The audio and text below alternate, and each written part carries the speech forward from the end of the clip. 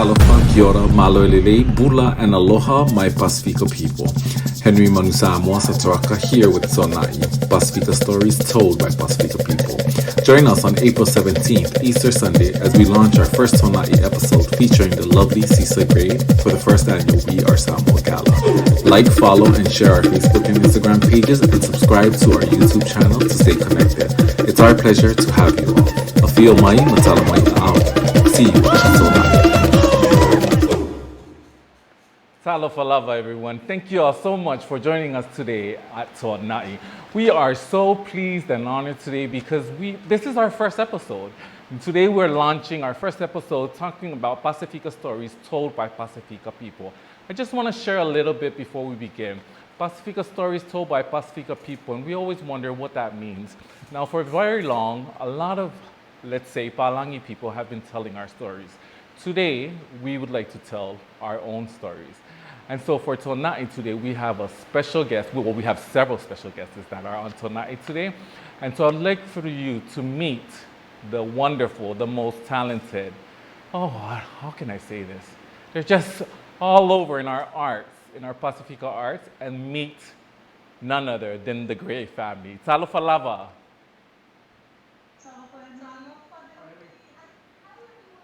Yeah, so I'm just gonna go right through this and just say, when I'm looking at you, I'm seeing it from left to right. So I just wanted to introduce, this is Anna Gray. If you could just raise your hand. This is Sisa Gray Uyangalei, if you could kindly raise your hand. And then we have Tini Gray online. Thank you guys so much for being a part of this first episode of Tuana'i. We're so privileged and honored not only to be on the show today, but to actually talk about an event that just happened a few weeks ago, a grand event at that.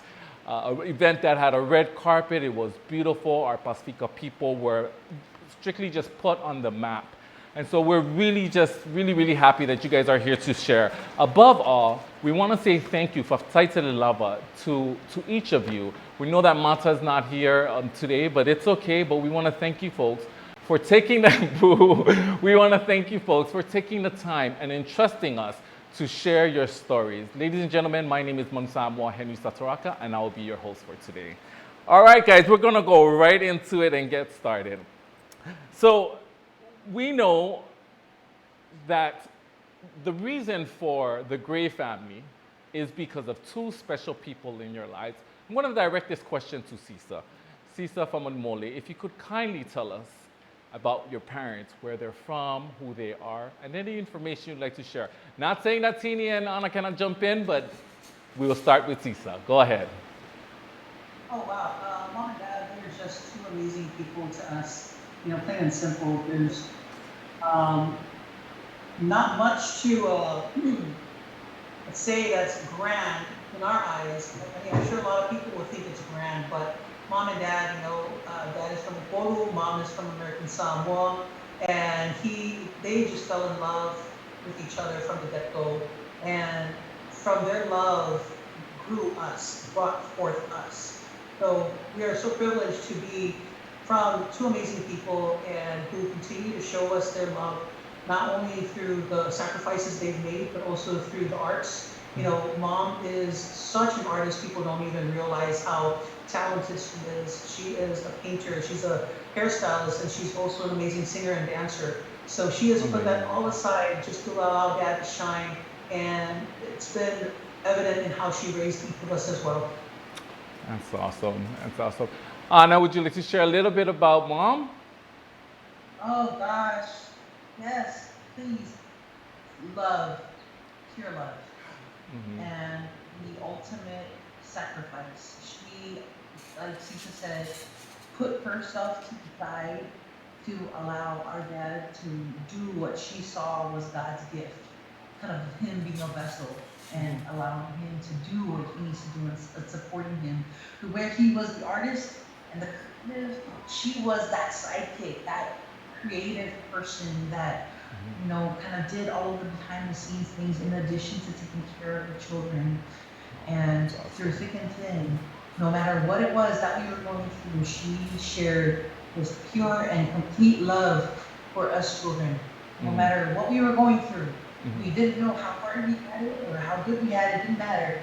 It was we felt that mother's love and instilled in us that love of God and do this, and it's been it's continuing on even to this day. Amazing. Now we know that mom, as Sisa has shared, was an artist herself. And we just celebrated Dad's 75th birthday. And later on in the show, we'll get to that. But Tini, if you could kindly tell me about Dad and his life growing up as an artist, both artists in your family, it's no wonder why your family is so gifted in so many ways. Well, Dad grew up he was from a very struggling family. He came from a family of 21 brothers and sisters.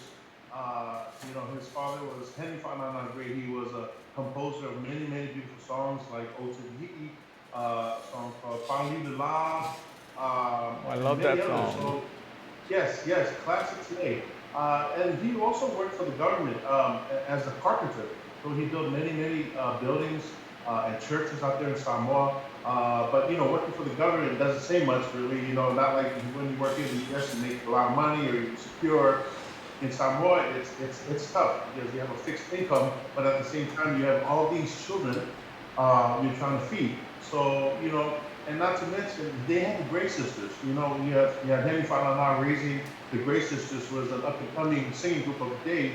So my father was trying to find his voice, and my grandfather somehow favored the girls in the family because this was kind of like raise the Gray Sisters to become this musical group. But it wasn't until like my dad, it's a funny story about him when he discovered the voice of Mario Lanza.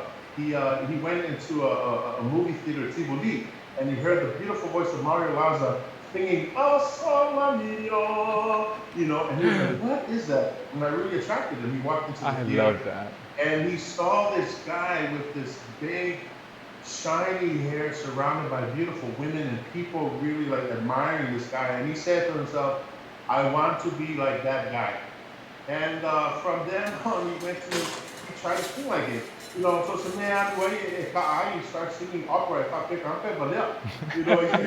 weird guy. So the song of him, he would say, man, people used to look at me weird, but then I started to go to local Samsongi, and he would stand underneath the waterfall and sing out loud to build his diaphragm so people didn't think he was a strange person. And that was when he found his voice. He realized like his voice got bigger and bigger because he was singing out into, even out to the oceans. But the local Samsongi underneath the waterfall is a very vivid image to me. It just explains a lot to me how someone from a very a small island in a very struggling poor country in a poor village, it was yearning to go out and be something unique and big. And that said a lot at a very young age. Eventually he was able to, build his talent. He was able to walk all over the Gala and Gala ukulele with all his boys and make all the girls feel good and then he eventually made it to American Samoa. When he was around 17 years old, he jumped ship. He basically jumped on the boat and he went out there and he found a job at what is today called the Rainmaker Hotel. I forgot the name was back in the day, but he went over there and they saw that he could play, and the Rainmaker Hotel owner said, "Hey, I'd love to offer you a 2-year contract to play here in our bar, just send him his ukulele." And that's how he made a lot of friends, money that he was able to send home to take care of his family. He knew right there that it was his talent that was able to feed his family, because even though he really wanted to be a star with his talent, that his priority was to take care of his parents. His dad had a stroke, his mom was weak, and he had all these 21 brothers and sisters, and he was able to bring in all this income. So still today, up until, he believed that. Like initially he wanted to be a star, but he knew the importance of family and raising them properly, and all he had was just his guitar and his voice. And that was like the biggest motivation for him to really go out there and make something out of himself. He was able to write all these beautiful songs and also to make big things happen for Samoa. And we're very proud of what he's done. And our mom was a big part of that too, supporting his talent and, being the grounded person in the family. Our dad is all about, we're doing all these big things and traveling all over the world, but my mom was just like, no, but we have to also take care of our kids. We need to be also spiritually balanced. Thank God for mom for that. You know, was able to keep not just our dad, but also all of us spiritually balanced, and that was important in becoming the way he is. My dad is a clown. You know, yeah, when he Is that where preaches, Sisa gets it from? well, I would say it's where Mata gets it from. And Sisa wants it Sisa together. and yeah, Mata. but you know, Okay. my dad, you know, everybody knows him in the political world, in the business world. But you know, my dad is a simple man. You know, he's not swayed by money or you know, whoever you are. Everybody he sees like, you know, we're all the same, and he just likes to joke around, no matter who it is, from the, you know, the person right next to our neighbor or to the head of state of Samoa. Everybody is, there is a certain mamalu, of course, but like at the same time, it's just like, he knows we're, everybody's just family and friends. Oh, thank you. Thank you so much, Tini, for sharing that. Sometimes when we look at people who have been, whose faces have been out there in our community via their music and all of that, we think of them in a different light. But it's nice to see that Dad is just a very humble man who just enjoys his guitar and he enjoys the language of the heart, which is his music. And it's very apparent with you folks. So I know that, Tini, you are a part of a music group as well, Sisa and Anna, as well as Mata. Could you guys just share a little bit about that before we go forward? Let's start. Go ahead, Tini. I'm sorry. Well, no, I have a brand new group called Fiba that's up and coming. We just released a brand new single. Mata's wife's brother, his name is Vaya Akitonu, very talented guitar. He was also a student of the late Harry Miller, that is. And then also we have Grant Manusamoa. He is a professor at San Marcos University. He's a linguistics professor. He also used to play out there at the Paradise Grove in Hawaii. That's So we all correct. just decided to jam one day, and we're excited. We're working on a brand new album, but we're going to be out there in Honolulu. We're going to be performing on May 7th at Polynesian Culture School in the afternoon, and then we also have a show in the evening at Veterans Memorial Park at Kehi Lagoon. We have Ken Ayono, he's helping us promote the event.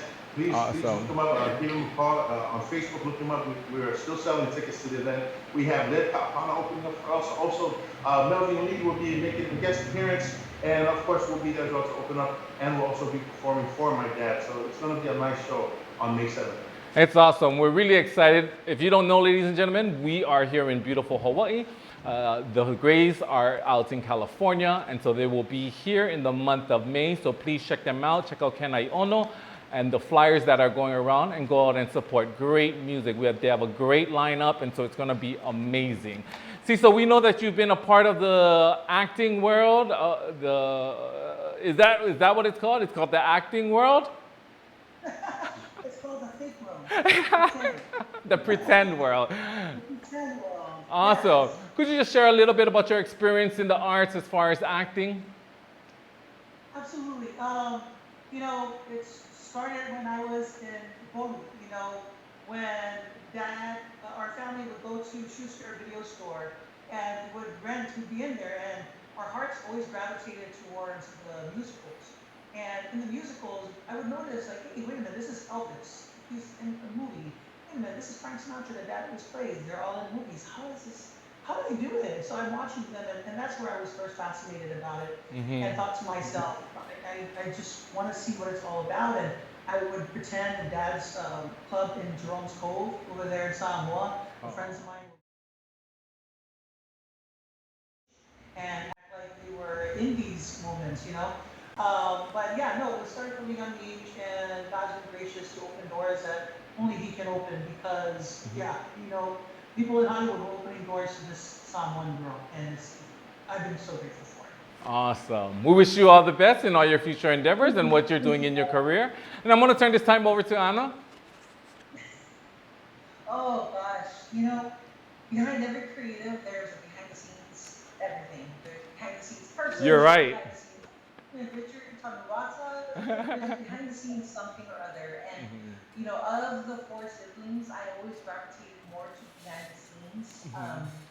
artistry. I do believe that that is art. Business is art. And from day one, even though Dad would take us to Kapiolani Park and say, "Gotta learn how to play, gotta learn how to sing." We all know how to sing.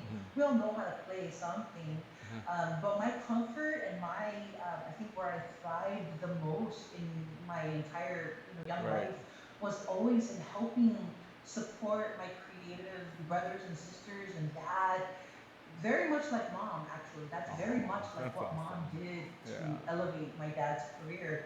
And that's really where my heart went. And from day one, that's always where it was. Right. And that's always where it will remain. I'm a Right. business owner.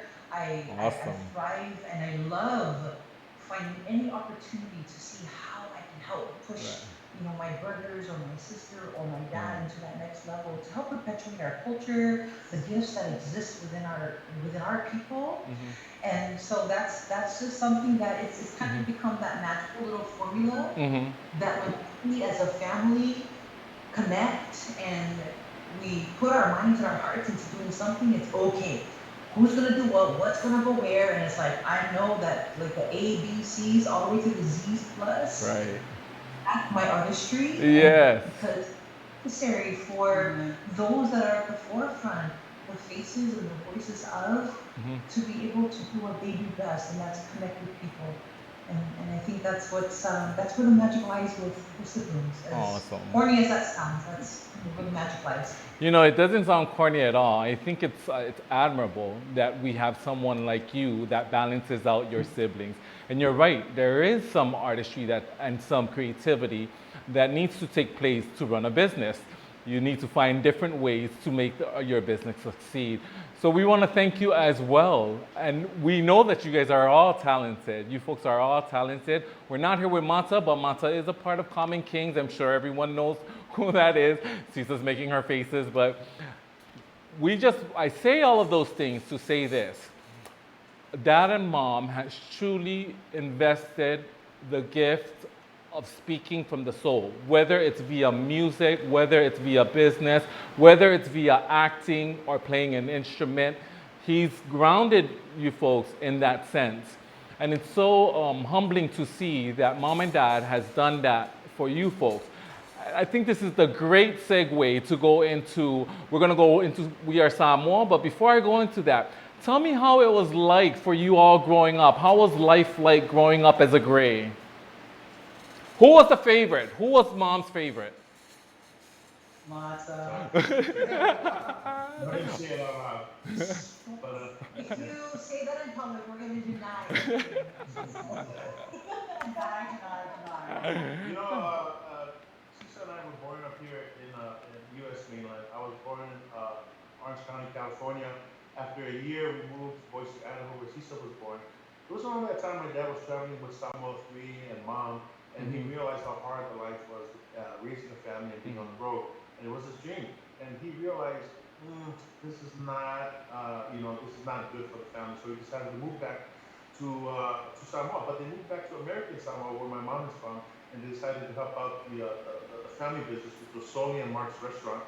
And that was a very thriving business at the time because of the military. And that was when our dad was able to build Ava and his sound, and he was able to write music and be a pioneer in that industry.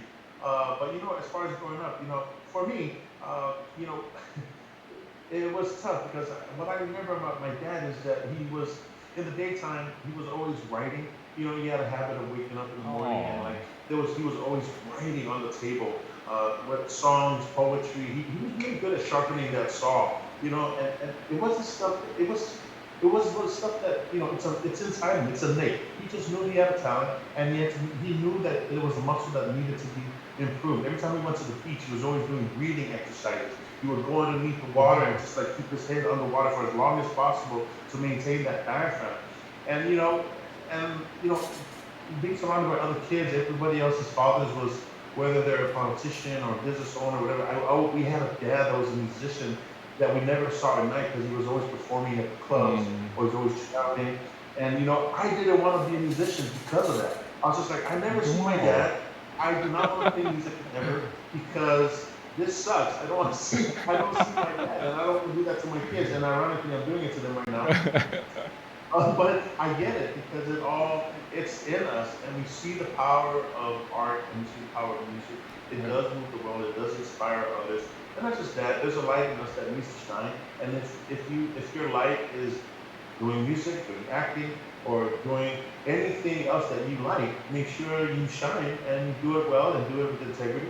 And if to support your family, do it the best you can. Get educated as much as possible to do what you do. And I mean, now we're enjoying our father as a little bit older. We understand, like, man, he did. He was doing a lot of unique things. I appreciate what he did. I understand now why he wasn't with us at the time. But now I get it, and I'm grateful what he did, and I appreciate everything he sacrificed. And at the same time, he was able to make something of his career, and like that's very admirable. And I hope to do things just as big as him, and move others and do some fun things. Enough up next. That was great, Tini. Thank you so much. Yeah. Stop it, guys. The next oldest. I mean, you know what? It's true. Dad was never home. I mean, I think my heart always ached for mom and seeing the struggles. And I know mom tried to protect us from a lot of things, that the hardships that they were going through. And I think the only person that knew a lot about it was Tini. Tini would know, and they would carry that. They would carry that on their shoulders. But in my mind, I would always think, like, as I got older, I appreciate now being a wife to my husband and knowing the struggles that we go through and how we carry it. But when I was a kid, I used to say, like, man, give me, I want to know, I want to help somehow. But, that mom always protected us from things of that sort. But we were her best friends. We were her mom's best friends. She told us things at a young age for each of us, for her to just share her heart. And we just loved her even more for it, and we supported her even more for it. And with Dad being the star that he is, and shines the way he does, people didn't realize that we all struggled financially still, but yet Dad did it with like so much joy. We grew up in Samoa believing that we were the richest people. But regardless of how poor we were Yes. so in love. Sing every day. We would stay up all night counting the stars. We didn't have electricity in our house in Baima. We would go and we would sleep outside. And we would play games just to keep ourselves busy until we had to go to bed. But we had so many great memories. We had no furniture. We had family coming over for the first time. Tini guided us in a project of building a couch. First time, and we were all so proud of this couch. We're like, we see love on it. It looks so much nicer. The little things like that. We would make TV out of box and stolen paper. We didn't have paper, but we had paper. We were so imaginative as children, and I think that carried on to us as adults. So we always had the creativeness within us from a young age. For me, it was love money.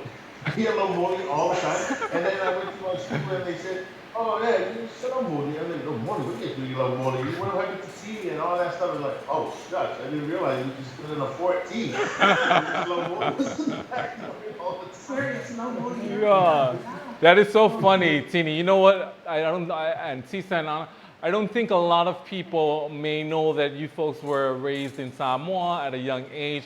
Hence the reason why, yes, hence the reason why your Samoa is pretty intact. It's actually very intact. And so that's beautiful. What we're doing today is just really wanting to share your experiences as you were growing up and how it was for you and Dad. So we want to thank you guys for sharing those intimate times. That couch, do you guys have a picture of that couch? Because I think I have to see that couch. I literally can visualize. I think Tini is an artist. Well, actually, both Tini and Sisa are artists. They can probably, but I can visualize it in my head and can probably paint it out. But if I could take you from that journey from Baima, right, then to Hawaii, where our dad said, okay, we need to make a change. We need something. We need opportunities for the kids because he's been around the world by that time when we were in Baima, and he was traveling around the globe to Japan and to Europe and to the United States, and he was exposed to so much, and he could see that there was life outside of Samoa that he wanted to give us the opportunity to explore. And so there came a time when he said, we need to give our children the opportunity to elevate their education, and nothing against Samoa, but he could see that there was life outside of Samoa. And the decision came where it was either New Zealand or to the United States, and he said, well, which country made it to the moon first? And it was the United States. And so we made it to first step Hawaii, right? Baby steps. Awesome. From Papua to Hawaii. That was baby steps. Mhm. And so we went to Hawaii, and the one thing that was very, very, very true to our parents' heart was ensuring that we had the best education they could possibly afford. Right. And to both of the parents in Samoa, we were always in some sort of Catholic, education, and so they wanted to continue the same in Hawaii, Right. in the United States, and so we went to Hawaii. Long and short, in Hawaii, it was a struggle. It was a struggle. Dad was given 7 days a week. Mom was working 7 days a week, doing whatever she could to help supplement the income. And that's how we ended up at the swap meet. Yeah. Oh. Our most favorite person in the world, Maylin Vitale. I remember Maylin at the swap meet too. We love her. Aloha Stadium University. Aloha Stadium University. Awesome. Where, see, that's for another Onai recipe, pun intended, where the boys who were doing altar serving at the Catholic Church, and Sisa and I were pitching tents and selling at the swap meet. Excuse me, I was I'm thinking telling the way you. you can put it. I'm telling you. At the bottom, There are, I'm just telling you, Richard, clocking out, BTS kind of stuff, behind the scenes, great family stuff. Right. Swap meet, what's the other thing? The Jerome Gray Trio album, and then the Footprints album.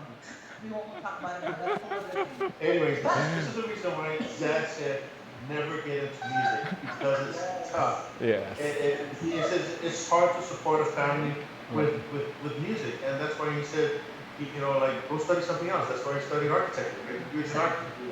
Since in business, Anna's in English, Law. everything. Yeah, law. And Mata, we were like, well, Mata, one of us needs to go study music, so we encouraged him to go study music. And he got his degree in CI, and Yeah. That's how we ended up in the States, but before you Right. move on to your next question, I just want to say, because the benefit of the people that are watching, Right.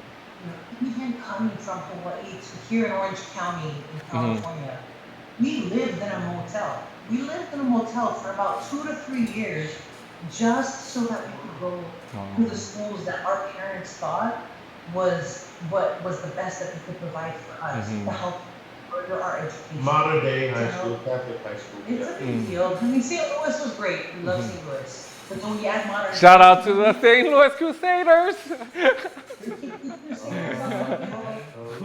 Everybody else's school got closed down. St. Francis got closed down. Sacred Heart. I went to Sacred Hearts and there's Yeah. to sing hi. Yes. But to the audience, to the people that are speaking now, we are nobody special. We are just living what's in No. our hearts and what God called us to be and how our parents, the path that our parents helped put us on to help us just do a little bit better. And even though we, had to struggle through our times in Apia and then in Hawaii and then here in California, living in a motel, this house that you're seeing us in is just that one home. It's a home that brings all 4 of us together and all of our children awesome. together to do what our parents set out for us, which is to love one another. I just wanted to say that, it takes an amazing amount of courage to go beyond the horizon. Much like Dad has done and Mom has done, moving from Samoa into Hawaii and then going out to California. The leap of faith that they needed while having young children with them I think is a story that resonates with a lot of first-generation Samoans who came from Samoa. And so to see where you folks are at really encourages and motivates our community. If you are first generation here, second generation to the US continental or to New Zealand, that nothing is impossible, that definitely hard work and dedication truly pays off. And no, it's not a small thing. That home that you have there is a testament of your parents' gift to bring you folks together and keep you folks together. Congratulations, you guys have done an amazing job. You folks will be role models for a lot of our young Samoans and a lot of our young Pacifica people. Because I used to drink out of 7-Eleven cups. Those cups were sitting in my dish, my dish rack. Yeah. Right, so Thank you guys so much. But before we go on, I'm just going to go to a clip of our red carpet. And this is going to show just some interviews that we did on the red carpet, and then we can go ahead and speak about it. We're talking about the We Are Samoa Gala 2022. It was the Diamond Gala, and it celebrated the 75th year of his birth, none other than Leafionga Ya Jerome Fanana Gray. Anyone? Miss Lulu. Oh, I'm sorry. Now, I really want to talk about this get up. How did we arrive to this? Well, you know, I was very much feeling it takes a long time for us having 2 babies now, hardly ever like getting to the shower half the time. So I decided to take a shower for y'all today. And I was thinking, you know, for a man that's 75 and has done so much, who is so epic and iconic for something like a gala? Right. I was feeling steampunk equals like Cruella DeVille. Cruella! Right now. It's beautiful. It's Thank beautiful. you very much. It's so yes, that was my inspo. Well, we know that you are of Pacifica descent, and your full name. My name is Silulu Lesa Justine Limafalongo Etonu Gray. Nice. And tell us where your lineage comes from in Samoa. I'm from Pango, American Samoa, on my dad's side. Okay. But also from Upolu and Savai, from Lalovaya, and also in Songongin, Savai, and Samoa. So I'm just Samoan all the way through and through. Oh, we are from so all the islands, yeah. Yes, thank you so much for being here tonight. I'm sure Uncle Jerome is gonna love the whole look and the whole getup. You know, if I don't scare him, I have to be like, who is that? Right. You know, it's so funny because when we think about Tamaitai Samoas, we don't see this, Right. but we appreciate this. It tells us of our journey from the islands, from our motherland, to where we are today. Absolutely. We definitely know how to adapt. We have been here long enough to know that we have our own sense of style, and yet we don't have to overly put our garbs on and our prints on to let everybody know that we are Samoan. Right, right. Or that we are Pacifica. Right? Yes. So I love the fact that from Samoa, I was in front with our 2-channel TV and always dreaming of being able to express myself how I wanted to express myself. And being here in the U.S., especially being part of Island Block Network, it's my playground. Yes. And I get to show all the facets of my many personalities. That's I'm great. taking medication for it. So. We love to have fun on the red carpet. Yes, but we also want to send a big shout out to Uncle Jerome tonight. Yes. So could you kindly speak to him and tell him how much you love him? Wish him a warm 75th. Oh, that is so easy.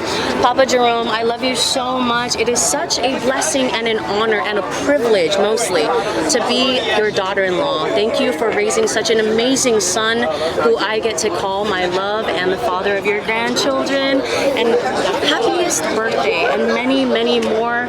You deserve this with all the love, with all the glitz and glamour that is you. We love you. And that, ladies and gentlemen, was one of the clips from our We Are Samoa Gala 2022. The person that you've seen on there was Miss Lulu Gray, and she is the wife of Mata Gray. Mata's the youngest, correct, guys? Yes. Yes, Mata's the youngest. We're going to go to the second clip. I just want to see, well, you know what? Let me introduce him. This is Mr. Billy V. Billy V was the Masters of Ceremony for the We Are Samoa Gala this year, their first annual, and it was fabulous. Here with none other than my man, Billy V. Ah, nice to see you, man. Nice to see you as well. Wonderful. So we know a lot of people, we're here in Costa Mesa, California, right? We both are from Hawaii. Tell them what you do in Hawaii. I work on the NBC and CBS affiliate, Hawaii News Now. I work in the morning show, so we're on the air from 4:30 in the morning till 9 a.m. I'm also the game day activities coordinator for University of Hawaii Athletics for 4 sports. So Great, great. And I hear that you are going to be the Masters of Ceremony tonight. Get to be the host tonight. Flew in from Honolulu. Fly in. I'm back out on Monday, and I'm back on the air Tuesday morning. Wow, you got a busy schedule. Now, Mr. Jerome means a lot to our Pacifica community. Can you say a little bit about how you are affiliated with him or how you know him and some of the things that you might remember about him and his kids? A lot of people know me from television for the last 15 years, but for 36 years I was involved in radio. And so I've been the program director and music director of stations like KCCN FM 100, Hawaiian 105, KINE. And we were playing Jerome's music back in the 1990s and even in the 1980s. So Eleni went nuts. Yes. Sweet Lady of Waihole is a foundation and the pillar of contemporary Hawaiian music and other songs from Jerome Gray. So we were playing that music at that time. And so that's part of our Pacific Island Hawaiian soundtrack. Billy V kind of has a minor role in this because Billy V is just the traffic director. So what you're going to see though, is you're going to see VIPs come up and talk about Jerome Gray, talk about how he has continued to share that sense of himself as Pacific Island, himself as coming from his ancestors and remembering where he comes from and they come from, to do the best to bring Samoan lifestyle, music, and that mindset, because it's a different set of values, to the rest of the world. And it's kind of like a flower blooming with its petals pointed in all directions. And he has that influence which is spreading, and so that's what he brings. But you look at his family, and each one of the children are doing that in their own individual way.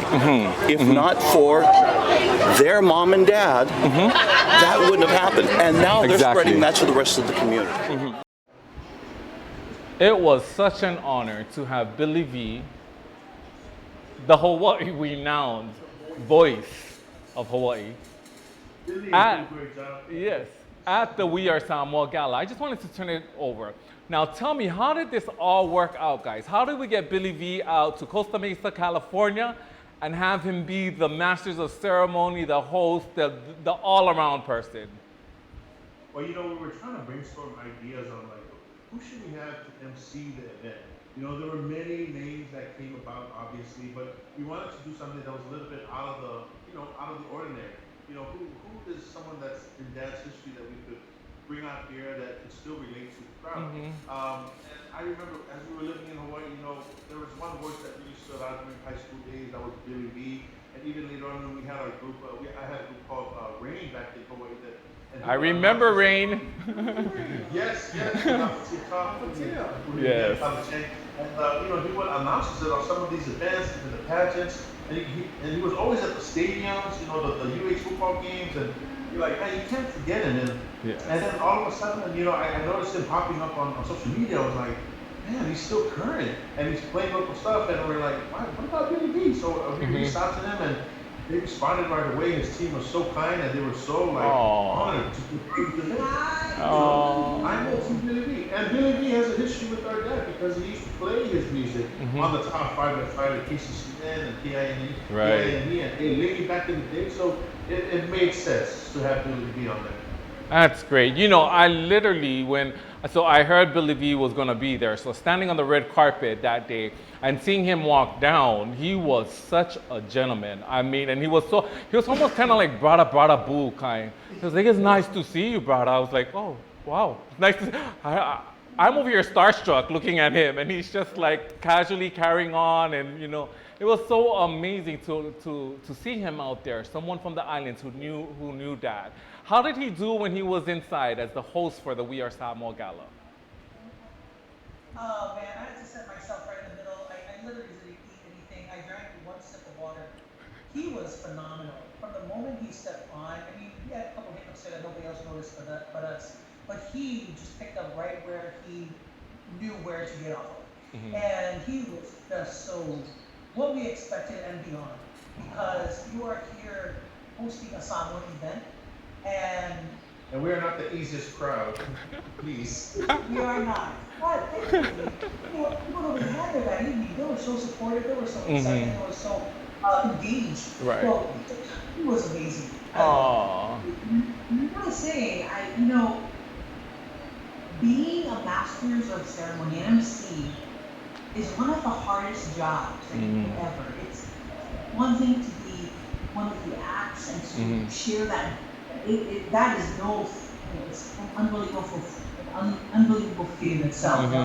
But when it came to finding that person that could take an entire production and run with it, even all of the things that the curveballs that can come, He is one person that does it in such class, but in addition, he adds a little bit of that comedy because those things happen, and that's the reality of a live show. But he does it in such a funny and the word that Sisa said, engaging way, and that's what it becomes a part of the show. Right. So, in addition to the history of Jerome Gray and the history of the Samoan community, and then the history of just how people really redid it to a T. And he has a very special place. But the two people behind him, Tracy and Guy, or Bravo, two very special people that helped him come do his part, right? When we talk about BTS, behind the scenes people, they were amazing. Those two people are very much part of the movie, and that's why I'm so grateful for how he carried the show. We could definitely share just the elite A-listers that came through that are kind of like Uncle Jerome Fanana Gray, who everyone knows, but is still so humble. Now, this was my first time on the red carpet. I'm just going to share a little bit about the atmosphere. It was fabulous. Wow. All caps. It was so fabulous. It was my first time seeing Pacifica people in suits and in gowns and looking chic. It just changed the environment. Now, I've been to a lot of Samoan events, and I'm sure the Grays have too. Our dress up is Iefekanga and Aloha shirt. That night, people were shocking me. It was just absolutely, the environment felt so regal. It felt as, I'm gonna say it in Samoan, e pe wo whakumuinga lo ua nganga whai lele fia fia a. Pe wo whaea ea e o tau ia tato tangata, that not just Palangi people can come together and share and in this kind of arena, but that Pacifica too, Pacifica people can come together. Can you guys share a little bit of how you felt seeing all your hard work on the red carpet and in there? How did it feel for you all? Because there's a lot of things. Sisa, I was there the day before, and you guys were kuinkeus and just doing so many things. Please share a little bit about that. Oh man, well, it took a lot of work, but what was a blessing was all the people behind. Again, honorable mentions like BTS people. We are BTS people as well. We want to make sure we're a part of it, we're hands-on and doing what we can because it takes a village. For the experience itself, I mean, I can only go off of a couple of people that were non-Samoan that were close to us.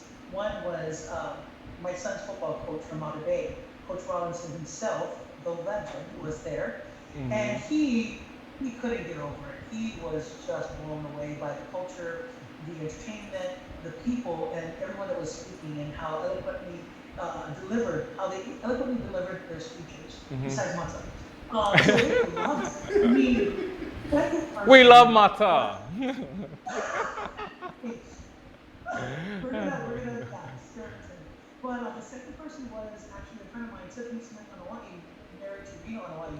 She's the president of diversity at CBS Studios.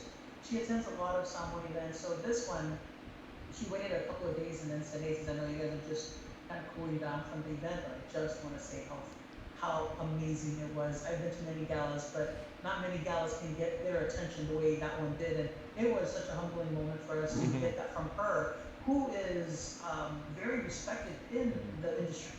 So it touched our hearts. Oh, that is so awesome, man. Yeah, as in regards to the red carpet, you know, yes, you're right. We've been to many galas. We've been to many Palangi galas. I've been to quite a few just because, you know, my wife, she's been invited here and she just happened to tag along this time one day with her. And I observe.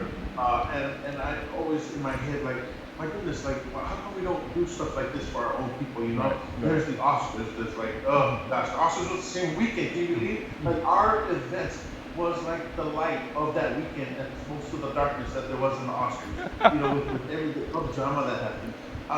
And when we were brainstorming the idea of like, what should we do for them to celebrate the 75th? You know, there was this idea of like, we should do something that's like that we can invite the Prime Minister, the royal family of Tonga, the people from the, you know, our senators in the government. We need to elevate the event in order to bring these people. Of course, they will attend any other event that we will do, even if it's for the old man, but something that we can elevate everybody, our culture, you know. And I don't think there's a line. You know, everything's kind of blurred as far as like everybody's version of like an event to, you know, to.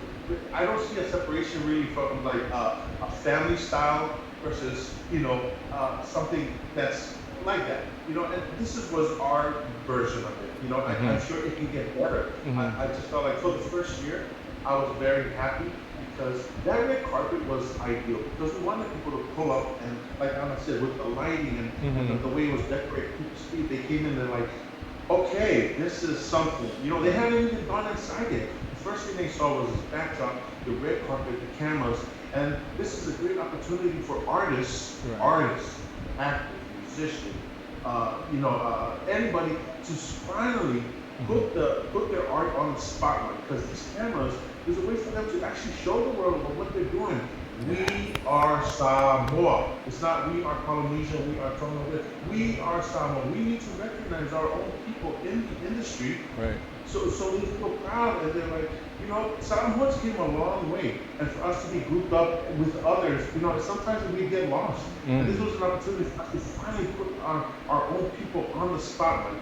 I'm gonna, you know, and Jerome Green is just one of the individuals, but there are many others that got their spotlight that day on the red carpet, and we should continually doing this every year in honoring especially our pioneers. I think that's so great, and thank you so much, Tini and Sisa. Anna, if you have anything you want to include, go ahead. Thank you. Yes. If you could sprinkle on that layer of service. So the one magical thing about our dad, we didn't quite feel the magicalness when we were children.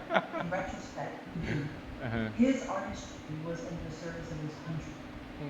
We Are Samoa was born out of his love of his country. And it brings me to tears. I'm trying to hold it together right now to share with you just how deeply we now feel as siblings, how much he loved his country, to have traveled 2-3 months away from his wife and his children, from Apia to around the world, to sing We Are Samoa, or to sing Manusamoa, to be the ambassador for Samoa. You know, in retrospect, now it's, wow, he loved his country. Right. And so one of the underlying themes of the We Are Samoa Gala was service, and it's actually the primary theme of the We Are Samoa Gala. So it's that event that brought fame, celebrity, arts, and service all together in one room. Right. Because people were there, one, to honor our dad, and people were there, two, to give back to a people that they felt connected to, or didn't feel a connection to, but because they loved our dad so much, wanted to be connected to and give back to. That's where the magic happens with We Are Samoa Gala. It's we wanting to honor our dad, not just our dad, but all of the pioneers of Samoa in music, dance, you know, arts. Ana, they say, o leala I le pule o tau tua, e ia mea e whaia, e whaatino, ai lei taitai, e le i o atu le tūranga o taitai. And so much like this event, I don't ever believe that we have a final arrival. We do have instances of arrivals. And the We Are Samoa Gala, that's what really I took home with me. We've arrived. In this instance, in this time, in this moment, o mea na whaia tātou tua a, lea ua tino ia tātou. Now we're able to showcase the hard suffering, the 7-Eleven cups, the living in the motel, the traveling to Hawaii, I'm not sure how I'm gonna pay my daughter's tuition at Sacred Heart. All of that came. Henry, all of the names, all of the names that were in the house, like the Samoans, or the Malu, the Anawai's, the on and on. Those are the families that struggled to the 10 years that were in that room. It wasn't just our dad. Yes. It was just the beginning of it. And that was what the We Are Samoa is, what the We Are Samoa Gala is about. That's what the song We Are Samoa is about. It's about recognizing that love and that heart that you have for where you come from. Not to, it's so deep, and Right. that's why the people that came that night didn't leave until we were ready to sing the song "We Are Samoa." I was one of those people.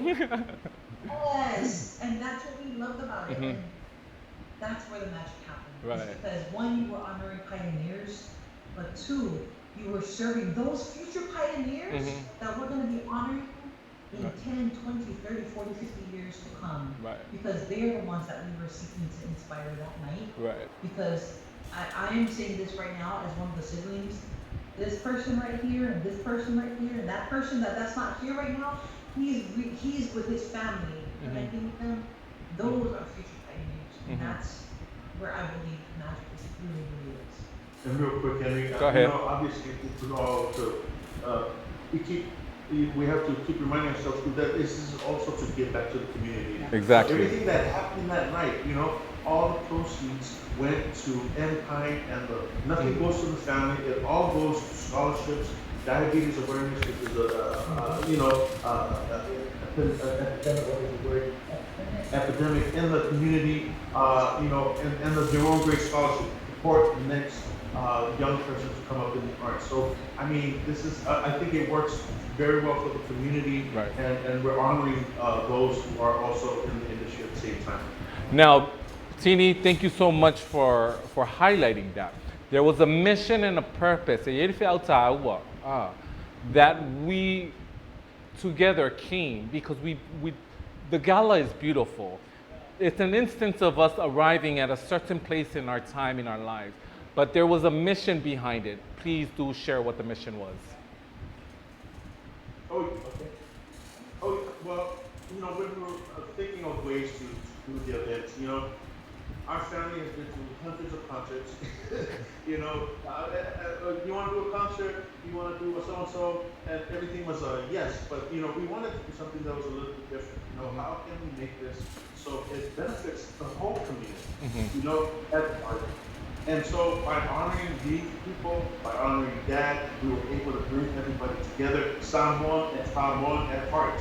They believed in the cause. There were so many non-Samoans there. We had like this Vietnamese section, a whole table of Vietnamese family, like all these Palani tables. We had Tongans. We had so many people who believed in what the Real Samoa Gala was about. So they were there to celebrate what the community is also going through. And that is, you know, it all goes back to like our pioneers and their struggle. Because kids are struggling today. You know, there's still there's uncertainty. There is self-doubt. Like, I'm not sure if I can make it in the industry. It seems so overwhelming. You know, so what we decided to do was to raise funds for the first Jerome Gray Foundation scholarship. You know, and so the three initiatives: the Jerome Gray Scholarship, scholarship for Empire, the nonprofit that we work with, the 501c3, and also diabetes awareness. But you know, we do want to help groom the next youth. You know, who are aspiring to do the other Jerome Grays, the future Jerome Grays, the future Jesse Sapolos, the future Sisa Gray. You know, we want to hold their hand. We have a scholarship that we can offer them to help guide them to follow their dreams in education, and at the same time be mentors. At the same time, and help support this person to get to the next level, and take it farther than we have, take it farther than Jerome Gray has, take it farther than Mata has. Passing the baton on, right? That is so amazing. Now, like you guys have heard, you folks have heard today, there was Troy Polamalu, of course. These are some. The Common Kings was there. We had Jesse Sapolu. There was so many. The list is Eric Scanlon, an actor who acts in Hollywood as well. There were so many different people that were there. It was a great experience for all Pacifica and Samoa to come together. And so we want to thank you folks again, Sisa, Anna, and as well as Tini, Mata, and our whole Gray family for the We Are Samoa Gala. I'm going to, now, aside from all of those people, this is my favorite person. Watch, she's coming on next. So honored to be here with none other than the beautiful Angela Barakil Gray. Talofalava. Falava. How are you everybody? doing? Aloha. So great to see you. Nice to see you as Hi, well. everybody. Talofa. Yes, we're so excited to have you here. Now, Thank you. a lot of people know who you are. Could you just share a little bit about your accomplishments? I know it's Uncle Jerome's Day, but just tell everyone who you are. They remember who you are, but if you could kindly just share a little bit. Absolutely. Aloha, everyone. I'm Angela Baracchio Gray. I was Miss Hawaii in 2000. I'm a Miss America 2001, and I'm currently a K through 8 school principal at St. Anthony of Padua School. So excited to be here at the We Are Samoa Gala. We are celebrating 75 years of my father-in-law, Jerome Fa'anana Gray's life. It's going to be an epic event, and I'm so happy to be here. It definitely is. We have a great lineup tonight. Yeah. I wanted to ask you, now after Miss America and the Miss Hawaii and all of that, you decided to become a principal for an elementary school. Can you tell us a little bit about that? Sure. During my year as Miss Hawaii, I was actually, I had a platform that was character in the classroom, teaching values, valuing teachers. So it's not so far from where I was 20 years ago. I really have always loved kids. I have 5 children of my own. My husband, Tini Gray, is actually the son of Jerome Fa'anana. So it's a family event, it's a family affair, and there's just so much to celebrate. But I'm so happy that my school is a diamond sponsor for tonight's event. We're trying to market our school, St. Anthony of Padua in Gardena, and we're trying to attract more of the Polynesian students. But we're so happy that Enpine is giving away scholarships to Polynesian students. That's great. Because my own children are also Polynesian, and so it really hits home. Always a supporter of education and making sure that our kids get the scholarships that they need to have higher education. Oh, that's just, that's so great. You look fantastic. Oh my gosh, thank you. Can you so just much. tell us what you're wearing today? Who you're wearing? I'm wearing, I feel like a hibiscus. It's nothing fancy, it's BB. You know, my mom calls me Angie Bebe, so I love my BB. I like my halter, I feel like a flower. It's all good. Yeah, you haven't aged a day. Oh, you're so sweet. I've aged many years, especially after 5 kids. My goodness gracious, but thank you so kind. So tonight we want you to have a wonderful time. If you want to send out a big aloha to Uncle Jerome and give him a warm happy birthday, that would be great. Absolutely. To my father-in-law, Jerome Fa'anana Gray, I am so thankful that you're in my life. I'm so grateful to be your daughter-in-law. Happy 75th birthday. This is all about you. God bless you. We love you. And that was live from the red carpet at the We Are Samoa Gala. Now, she's one of my favorite people because she is Hawaii's very own Miss Angela Baracchio Gray. Tini, we know that this is your wife. Say a few great things about her. She's fabulous, and we were very happy to have her. Well, no, I'm very proud of her. She's accomplished so much. You know, we knew each other since we were 15. We met at St. Augustine's Church in Waikiki. I was an altar boy. She was the choir girl. I fell in love with her, and that was the end of it. You know, everybody's like, "What's the deal with you?" Hey, Samoans got it too, you know. Yeah, right. Yes. She won Miss Hawaii in 2000, and then she won Miss America 2001, that is. And then now we have 5 beautiful kids. Our oldest is 17, our youngest is 5. And she's principal here in Los Angeles, in Gardena, California. And, you know, we're happily married. Thank God. God has blessed us. We make 20 years this year. And congratulations. Thank you so much. Thank you so much. Yeah. You know, she still represents Hawaii as best as possible everywhere she goes. You know, she's still all over Miss Hawaii. And you know, they keep forgetting that she's also from America, but she was first on Hawaii. Right. She went to Manusamoa High School, very proud of Minihuni, basketball all-star out there. And she went to the University of Hawaii, got a master's there as well. And, awesome. she is such a great addition to the great family. She brings so much, you know, not just joy and laughter, but like, you know, she's just, I don't know. I mean, guys, you guys know her. Kind of set well. I think we were doing something, and you know, we left here just recently, and he says, you know, Andrew reminds me of your mom.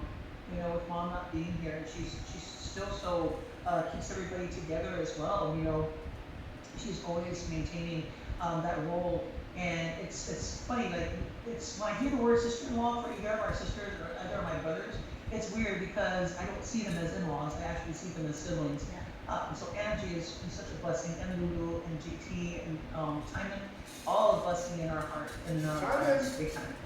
Awesome. If I could just, one extra thing about Angie is oh my gosh, she's so competitive. If you were to child to her with an A+ minus, she'd be like, why? Right. Shall we? But it's just that she expects the best out of herself.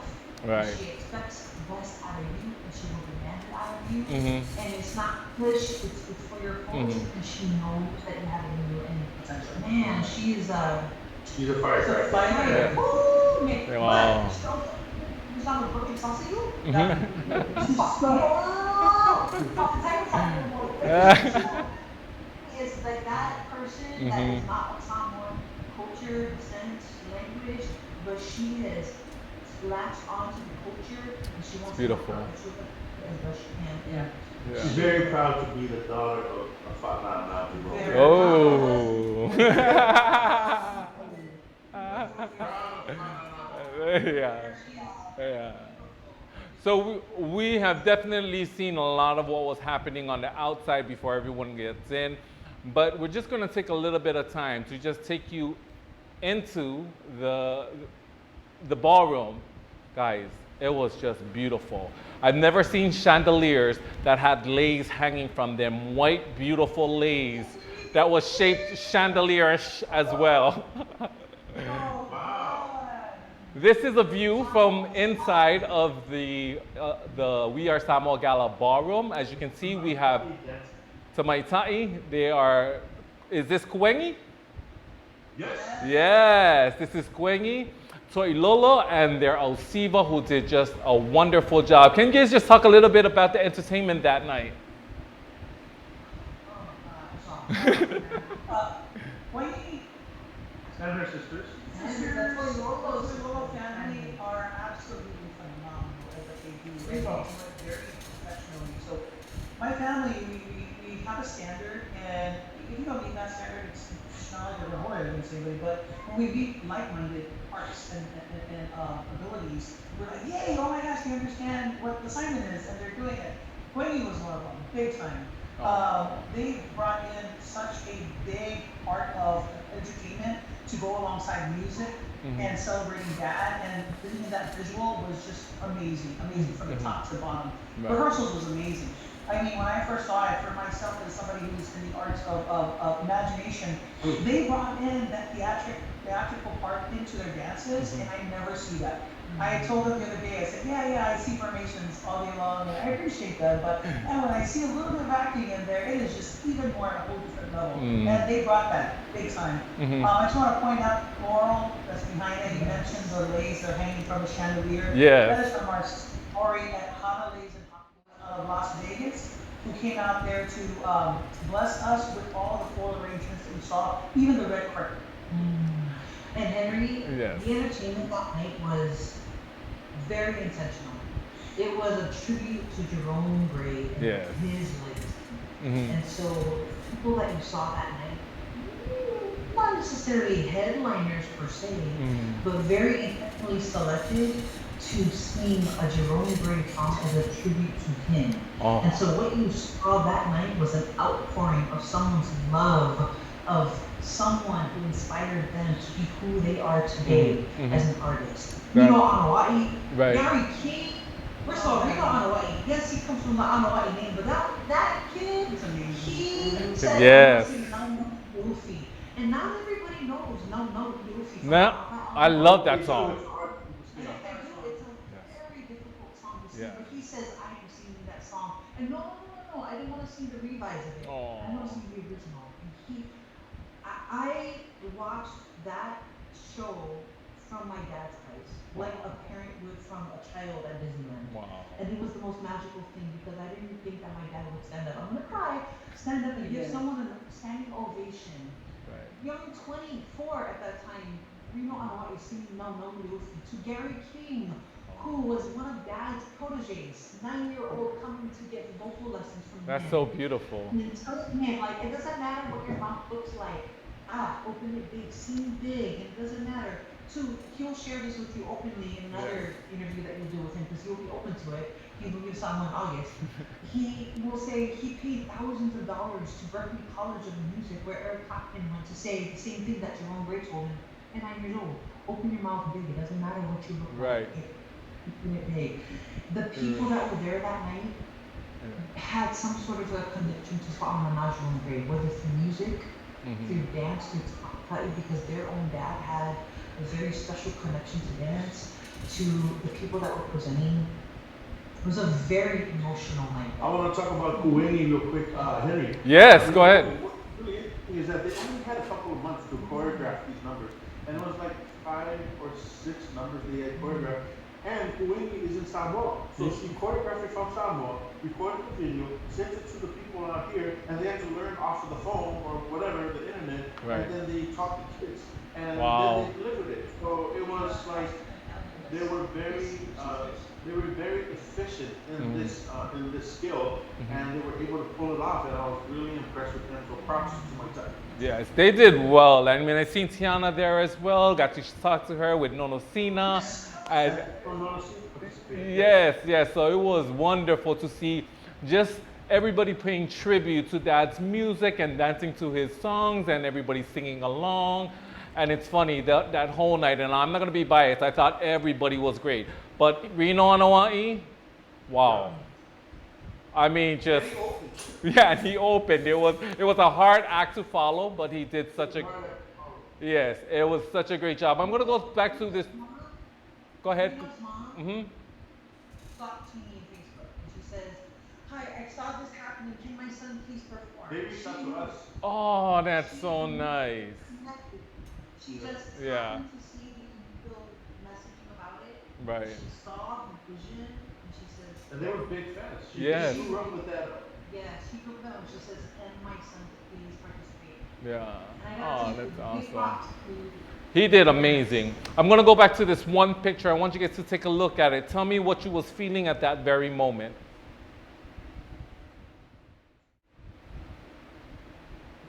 Oh, you're so good. That's me praying that we don't mess up the song. That's me praying that Matthew knows the words. That's my pleasure holding in the back. Make sure hold up the lyrics. You can't see it, Matthew. Hold up the teleprompter. Right. Well, Manusamoa at this part about the mic time.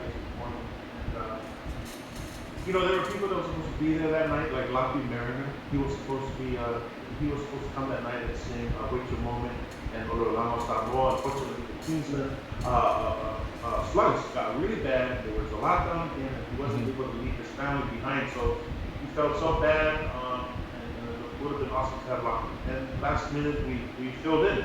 It was just like, who's going to cover it? And then I said, like, can you guys come up on stage? Right. And so we all went up together and we sang together, very impromptu, and it turned out well. I thought it was very moving. It was beautiful, Tini. It was beautiful. To see you folks all up there, standing up there, was just amazing. It's a testament to our generation and the foundations. You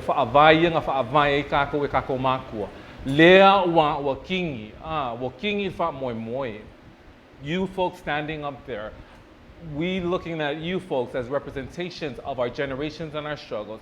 That's what that picture really said to me. It said, wow, this is a time in our lives where we've arrived. For maybe just an instant, but we're here. And I thought that was really great. It was a powerful picture. Sounds so much better than we think. I just want to share with you a little bit of one of the things really, I'm emotional when I was like that. Oh, it's okay. No worries. Go ahead. But the one thing that we walked into the siblings was this may be inspired by our story, meaning the 3 initiatives, right, to raise money for scholarships for academics, and scholarships for performing arts, for diabetes awareness. All of this was inspired by just our walk. But it's not just us that goes through it, it's everybody in our community. And it was one of the very reasons that we said, this is not about us. We don't want to be on the stage. 1, we're not going to be the MC. 1, we're not the 2, we're not going to be the performers. That was the last thing that we wanted to do, was on stage, period, full stop. That literally was an audible that was called maybe about an hour and a half before that moment happened. because we were very adamant about this is not about us being Right. on stage and shooting us. And so Right. there was a lot of emotions on that very moment. And before that happened, it was maybe a second or two after the four of us started to hold hands.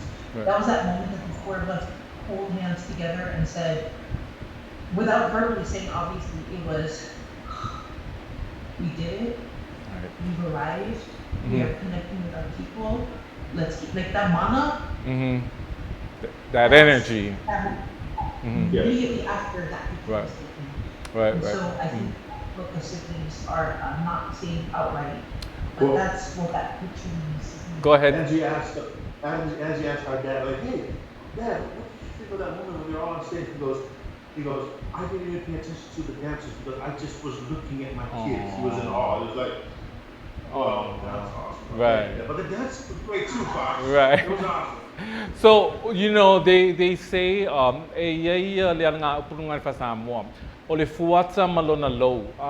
there's a season for everything. There were times when our parents had to step into certain shoes and really be stern in their stance and be sound in their stance. And so I know that it's never about us. We learned that as we're kids. It's never about us, it's about everyone else, right? But there are times in our life that we need to stand up and be that motivation to our people, regardless if it's our dad's event, people are, the mana that Anna is talking about has to be shared. But if we don't stand where we are and we don't stand stern in who we are and we don't be sound in who we are, then I believe if I'm in the Kako community. So when you stood up there, I know the humility because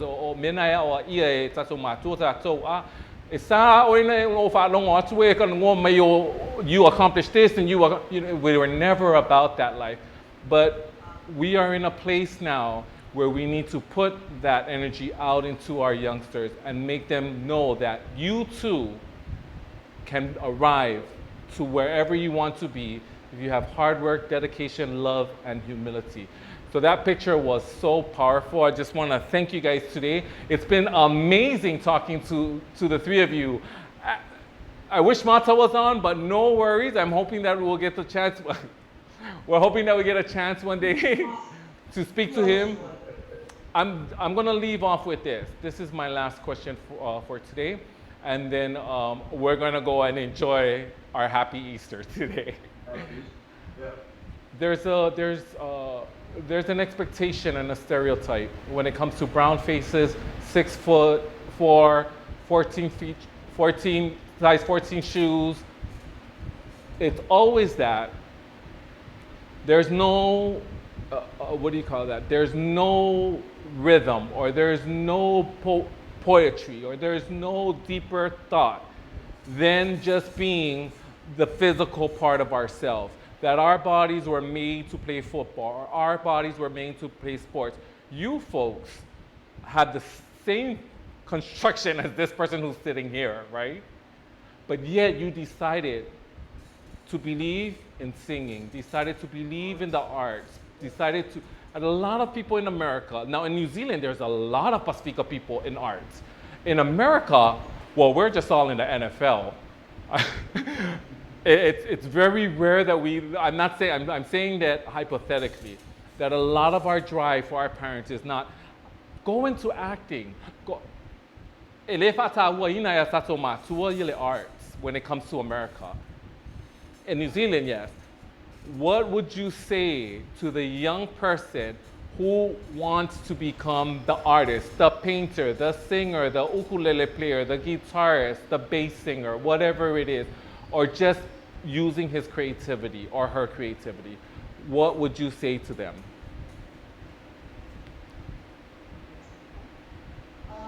For me, I would say believe in yourself, and that is something that Dad always tells us. You know, just be bold, be brave. Just because you don't see other people like yourself or your own people doing it, that doesn't mean it's not possible. For me, said I wanted, and I verbalized it. I said, hey, I want to be an actor. I always wanted to do this, and I'm going to do it. And I went and I did it, knowing that there was no one else like me out there. When somebody, my brother asked me, like, hey, is there a specific place where someone wants to go? And I'm like, no, go where everybody goes. There is no specifics for just Samoans. You go and you jump in with everyone, and that's the best way to learn. And being the only female Samoan here in the acting industry in America, at least with my other sisters over there in New Zealand and Australia, it was felt like a lot of weight on my shoulders, but I was all for it. It was lonely, but now I see other female actresses coming up here of Samoan descent and Polynesian descent here in America, and I'm so excited. Because now we can write our stories and we have faces to go with the story. There's so many actors out there who want to write their stories, but there's not enough in the talent pool to come out and do these and create these stories. So I'm excited. For those out there who are felt the unction in your heart to be an actor, for it. There's a reason why it's there. So be brave and go for it and believe in yourself. Thank you. Baptaila Sisa. For me, I did not want to be a musician in the beginning. I really wanted to be a cartoonist for Disney. Yes. Oh, wow. My passion to be an animator. But because, my parents, it ain't pooping on them. I was studying architecture and construction. Your grandfather was a carpenter, your uncle was a carpenter. And then learn about music. My dad's a musician. And then don't do it. It's tough. It's hard. But then after I got my degree, I worked in the industry for a long time in architecture, and I just was not happy. I was just not happy. But it wasn't until college I realized music was something I fell in love with. It wasn't animation, I loved music even more. And so when it came out, my dad was struggling even more, a struggling musician at the time, trying to support the family, and I really wanted to elevate his brand and where he's, here he was just struggling, still struggling. So I wanted to learn. I wanted to take what I learned in college and apply to what he did in music. And that's how I was able to learn as a musician, because I wanted to do something for my dad. I was able to learn how to be a musician in the industry as well, and how much I did it. And now I have a pathway. I have a roadmap that I can tell the next person, listen, this is how it's done. If you really want it, it's not good enough. Talent is not just good enough. You need to commit yourself to learning the industry path and go out there and study. How do I get from A, B, C, D to get all the way to where I want to be on the red carpet? To get to that red carpet, what do I need to do? It's not good enough that you just paint one canvas. It's not good enough that you write one song. You need to write 100 songs. You need to be in 100 movies. You need to be 100 because half of them are going to suck. You need to That's the learning process. Yeah, Picasso did not become famous from one painting. He painted thousands of paintings, and then he was able to find his voice. So if you have a passion, find your voice, figure out how to be successful in the industry, and find people who are in Pacifica, follow the people that you want to emulate, and follow their path and take it to the next level. Right. And come to events like the We Are Samoa Gala and meet these people. That's the whole idea. That's the reason why these people in New Zealand successfully have all these award ceremonies and all these things that cultivate and nurture their talent. In the US, we're so spread apart, and I feel like the events like the We Are Samoa Gala will help bring these people together, help each other, and we just need to learn how to work with each other, and not just it's a balance of myself and doing the hard work, and at the same time working together to represent our culture, what we can do as. Thank you. Baptaila Tini. Henry, I'll talk about the question in two folds. One, Mata. If you were to go back to the gala and you were to go back to Taumata's section of the show, he spoke about the Jerome Gray Scholarship and how he arrived at making the decision to become a full-time musician, to make the choice to go to school full-time, from being a basketball player and a football player. There's so many nuggets in that particular speech. One, because I had to remind him that yes, you are speaking in that one section of the show. I know you forgot, but yes, you are, to inspire people about what it means to be an athlete, and also to then remind people of what it is to kind of make that shift from being an athlete to picking an unbelievable scholarship opportunity to then make the choice to say, I'm gonna make the choice to become a full-time musician and go to school full-time for music and to then become, you know, the lead guitarist for the Comic Kings and writer and producer of Comic Kings music. Awesome. So I'd like to kind of bring that to you to kind of go back to reflect on later on. And that's a very powerful thing for those who think, oh, sports versus music, and he pretty much tells you, his words, not mine, that he made it cool to go from a basketball game to then a guitar recital to then a football game to then another recital for his upright bass. Like he traveled, you know, for that. And I, as a big sister, the other two were in college. He and I were living home with mom and dad. Saw that and know that it wasn't about being cool. It was that he made it possible. So I wanted to make sure I honor that for him. From my perspective, there's art everywhere. There's art in music, there's art in acting, there's art in dancing. Somehow I found the art in business. Not sure how that happened, but somehow there's art in the negotiation, there's art in being able to articulate to someone that who can deliver this music to help deliver that emotion, or this particular part of the act and deliver that. And that in itself is art.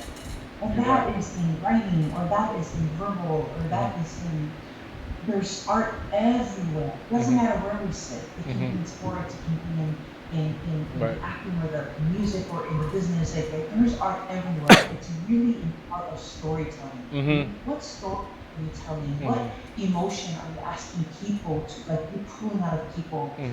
That to me is so magical, and I love that. In every facet of the Gray siblings, we're sharing that emotion with people in very different ways, and I think we've all kind of found our stride a little bit. And you are definitely, you know, a role model, because, you know, they're saying, like, you know, how people feel like they're victimized, like, oh, you know, how come there's nothing to do? You stood up and did it yourself. That's the whole idea here. No, did the same thing. He's like, I come from a very poor country, blah, blah, blah. That didn't stop him. He stood up and he did it himself and found a way. And you can do it too. You know, don't wait on others. Don't wait on others. Stand up and do it. And you did it. I want to just, oh, thank you. That was very kind of you folks. This is not about me, it's about the Grays, but I want to just say this. We love you. I love you too. I want to say this. I think that I'm just going to wrap it up for us. I think, first of all, I want to thank you guys for allowing us to share your story. It's not very easy sometimes to come online and share your story with the world, be examples. Being an example or being a leader can come with a whole lot of responsibility. A whole lot of people look up to you, and a whole lot of people expect things from you. But you were able to offer tonight the opportunity to come and share your story, the Gray family story, and the We Are Samoa Gala. So I want to just thank you guys for that. It's been an amazing journey, from the We Are Samoa Gala to relaxing after that, and then watching all the beautiful clips. We look forward to next year's We Are Samoa Gala, the second annual. And please let us know how we can help to get the word out for that as well. I want to just take this time to thank our viewers today for tuning into Tonai.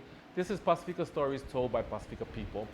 Our main mission here is to really just share our true and purposeful self and who we are as a people, as Samoans, as Tongans, as Fijians, particularly Samoan today.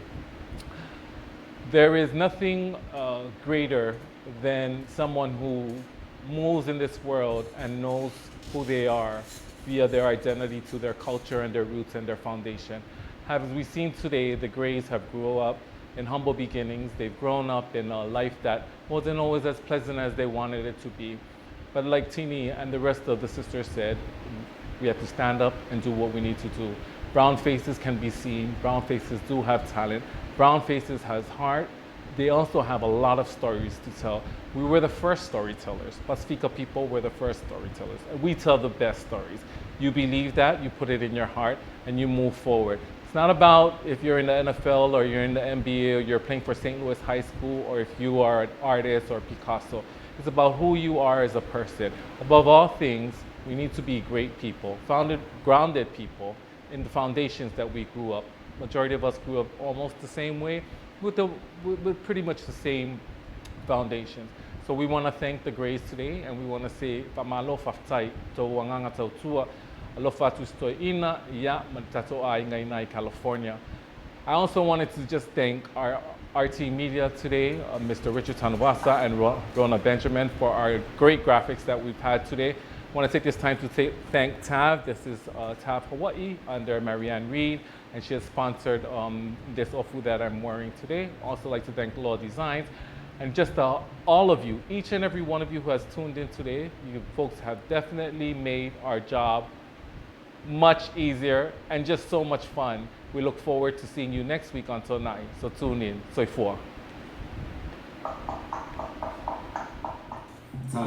Lele, Bula, and Aloha, my Pasifika people.